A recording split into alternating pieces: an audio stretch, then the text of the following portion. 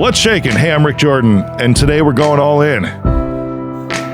Would you like fries with that? Have you ever heard that? Do you eat at McDonald's?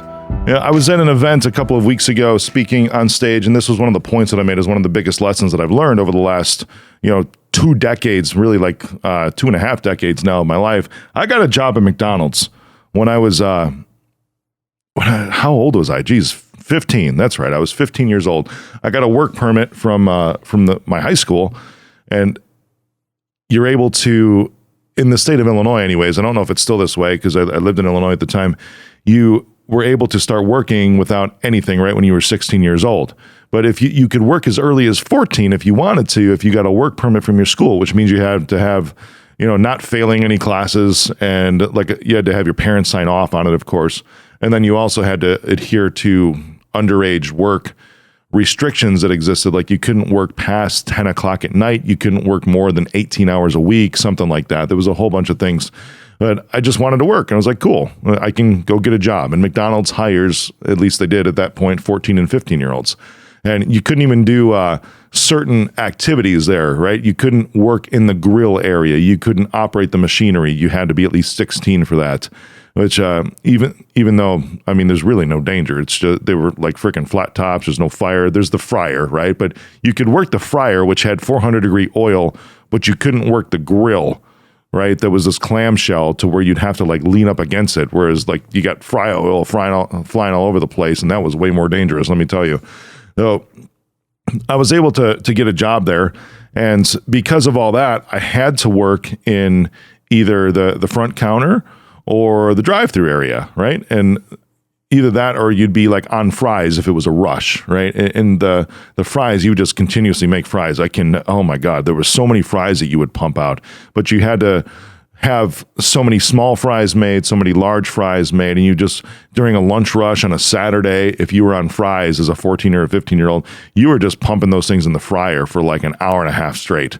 It was crazy how many fries would go out of that place. They had a fun little salt thing and all that. But anyways, so when I was in the drive-thru, when I was working the front counter, but especially the drive-thru, because the drive-thru, there was like timing on that. I mean, this thing was like a huge operation, like the well-oiled machine. And there was timing up there that you had to have somebody through certain points of the drive-thru in a certain number of seconds, right? And I can't remember what that was, but I want to say it was stupid low. Like you wanted to, and this was the days, by the way, before things were made from pseudo scratch, like almost, put together and assembled right then and there for each order. Back in those days, McDonald's it was called the bin.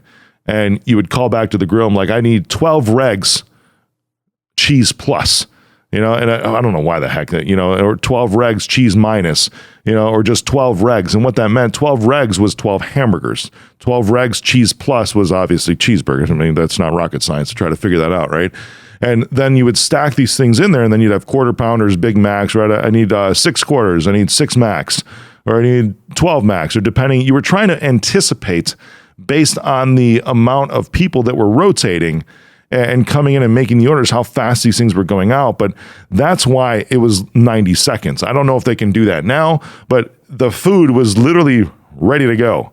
So from a drive-through perspective, all you had to do was go to the bin for the order, stuff the sandwiches in the bag, go over to the fry station where there was a 14 or 15-year-old making the fries, grab the fries that you need, put those in the bag, and then the order's ready to go. You could assemble an order that was on the screen in like 12 seconds flat.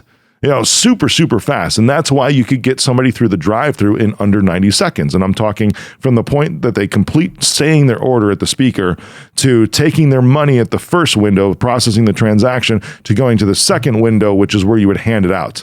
And in that process, the second window person was also making the drinks and stacking those up and then just handing them out. Super, super well-oiled machine. It was amazing, really, now that I think back at this. Now, there was a job that I had, right? And they taught you this because I worked there during the point where like value meals came around and right when supersizing was starting to happen. But I'm sure this happens to this day. I mean, I know I do this, right? If I eat at Chick-fil-A, which by the way is my favorite fast food restaurant in the world, their chicken's fresh, cooked right there, never frozen, awesome. I indulge there once in a while. I do not eat at McDonald's. I do not eat at Taco Bell. I don't eat at Burger King. I don't eat at those like super low quality places at all because the food is just crazy. It blows my mind how fries from there can sit out for like 3 weeks and not develop mold. It's really, really freaking weird. But like at Chick-fil-A, I'll go there and I'll order just a chicken sandwich. That's it. I'll have water in my car and I'm cool, right? I don't get anything else but the sandwich. And that happens at McDonald's a lot too. So when you were trained in the drive-thru especially, if somebody ordered a sandwich or they ordered just a drink, because people would come by, just order a Coke. That's it. They'd come by and order a Coke. You would always ask the question, would you like fries with that? Or if they rolled up to the window, right, and they ordered just a drink and a sandwich, be like, would you like fries with that? And then you could ask them again after that, do you want to supersize it? Right? So these are two questions that really shaped how I look at sales and still look at sales and will look at sales for the rest of my life. No joke. Because the idea with this is as soon as somebody makes the purchase in their mind, decides I'm moving forward with this purchase, and even more so when they give you a credit card or process the transaction, at that point, you have them. You absolutely have them. And you need to, in that moment, have some sort of an upsell right then and there, as soon as you get that. So if this is an online funnel, you see this all the time, right? It's like, hey, you know what? You just bought this one, or, as soon as you hit, purchase or buy after you put in your credit card information, maybe it's just for like a blanket or something like that. This amazing new blanket that you saw an Instagram ad for. But then as soon as you hit buy, it goes to the next page where it says, but wait, get a second one right now for 50% off. You're like, holy crap, that's a great deal. So you just click one button again, and then it's like, awesome, you just got another one for 50% off. Then it'll go. So that one thing right there is the would you like fries with that? Even though you already bought something, it goes to the next page with another deal. Would you like fries with that? In my theoretical example, it's a second blanket, right? For 50% off. Then after that, if they're good, they will hit you with one more offer because you've already said yes twice. This is the psychology of this. You've already said yes twice, and they will say, hey, you just got 2 blankets. Now it's, would you like to supersize? Now it's like, hey, would you like, instead of the 2-pack, would you like a 4-pack of these blankets? Blankets for the entire family, along with this ebook, How to Cuddle with Your Kids the Best Way Possible to Raise Up Healthy Children, whatever it is. That's funny, right? But still, now it's like, get the whole package, right? And now this is like almost kind of like an expensive upsell is what you can have as an offering, but people will buy this. The reason people don't buy is because you are not offering. Did you hear me? The reason people do not buy from you is because you are not offering.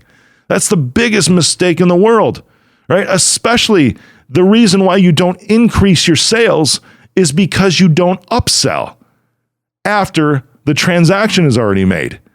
You have to, one, always ask for the offer, and second, always offer an upsell after they've purchased, and sometimes 2 upsells, which is the first one, do you want fries with that? And then the second one, after they've agreed to commit to the fries from the first purchase, like, do you want to supersize that? As long as you're here, it's just another blah, blah, blah.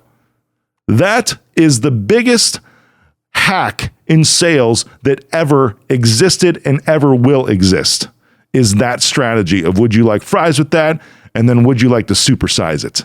So they already say yes to something. Then it's would you like fries with that? Whatever that looks like for you. And then, oh, would you like to supersize it? Whatever that is for whatever you're selling. Biggest hack ever for sales. It works. Do it. Watch your business skyrocket. Now you think I could end the episode right there, but I'm not. No. When I was working at Geek Squad, I've told this story a few times, right? When I was working at Geek Squad, I was the first Geek Squad agent in Chicago after Best Buy acquired one of 7 test stores, to make sure that this was going to be a success with the pilot. And my sales were just like through the roof. And you had people coming from corporate to talk to me and asking me, it's like, Rick, we just don't get it. There's other ones that are like struggling on this, the other 6 stores actually, but you're the only one. You've got 3 times, your ticket sales are 3x what the other stores are comparatively, what the other test markets are doing. And they're like, how are you doing this? Can you please tell us what you're doing here to generate this much revenue on every single transaction? So I go back to my story. I'm like, have you ever worked at McDonald's? And like, a lot of them haven't. But they're like, no. I'm like, you've eaten at McDonald's. Well, yeah, of course we have, right? And they would come back and say, well, what does this have to do with what we're talking about? I'm like, well, have you ever heard the question, would you like fries with that? Like, well, yeah. And still, it just doesn't seem to click. I don't know why it just doesn't click, which is why I'm going through an episode specifically on this. I've told this tip before as would you like fries with that in just passing and some other stories, but I'm doing just this episode on this great sales hack today because it's important and I want you to get it. I want you to be successful. They told me, well, yeah, we've heard that. I'm like, have you ever said, would you like it supersized? You want to supersize? And like, well, yeah, of course. So we've always heard that. I'm like, exactly. That's all I'm doing. Like, what are you talking about? I'm like, because at that point, it was like they've already purchased a Geek Squad service, right? Maybe it's setting up a new computer, right? They bought a new computer and it's complex. They don't want to set it up, and this was in an affluent area. So they'll pay $250 for me to go to their home, to their business to set up the new computer for them, load their antivirus software on it, get their documents moved from their old computer to their new computer. We'll get it all taken care of. That way, when they sit down in front of this new shiny piece of metal that they just bought, it's ready to go. There's nothing that they have to do except sit down and enjoy it, just like their meal from McDonald's. They're like, oh my God. I'm like, so when they have already purchased something and I am sitting there in their house in front of them or sitting there in their business at their desk in front of them, I'll take a look around and I'll be like, hey, as long as I'm here, I see that you've got a printer sitting in the box over there. Is that for your secretary? Well, yeah, it is. We just got it. Can I set that up for you? It's just another $99 while I'm here. I'll just take care of it while I'm here. Do you want fries with that? Well, yeah, that sounds great. That's amazing. That's so cool. Oh, you got it. No problem. Then I'd be looking around and I'm like, you know what? For this computer you just bought right here, it has, for this laptop, it has wireless capabilities. It can connect to Wi-Fi, but I see that your Wi-Fi signal is not very strong. And I'm like, I have a Wi-Fi extender in my car, my Geekmobile. I'd be happy to put that in for you while I'm here because it'll strengthen the Wi-Fi signal in your entire office and you won't have these connection problems. Like, oh my gosh, yes, that would be wonderful. I'm like, cool. It's just another $99 or whatever, $150, whatever the charge was for that, along with the piece of equipment. That is, would you like to supersize that? You see what I'm doing? So your job going forth from this day forward, today, I'm going to tell you to do this today, okay, is whatever it is that you're selling. If it's a service, if it's a product, services I love because they're easier to stack, right? Products, I already gave you the example of a blanket, which is pretty freaking easy. I mean, that's just something that literally I pulled out of my butt right here, right out of there and gave it to you. I've never bought a blanket, never got one 50% off, but that's something that could be very legitimate online that you could buy, right? Pull that example out of my crack for you and it works. So your job today is to figure out whatever it is that you're selling, what can be the answer to would you like fries with that? And then even more so, what could be the answer to would you like to supersize that? That's your only two things that you have to figure out today. Go out, add another service, bundle another product, whatever it is, and then you will triple your sales just with this one great, I will call it the greatest sales hack of all time. Go all in.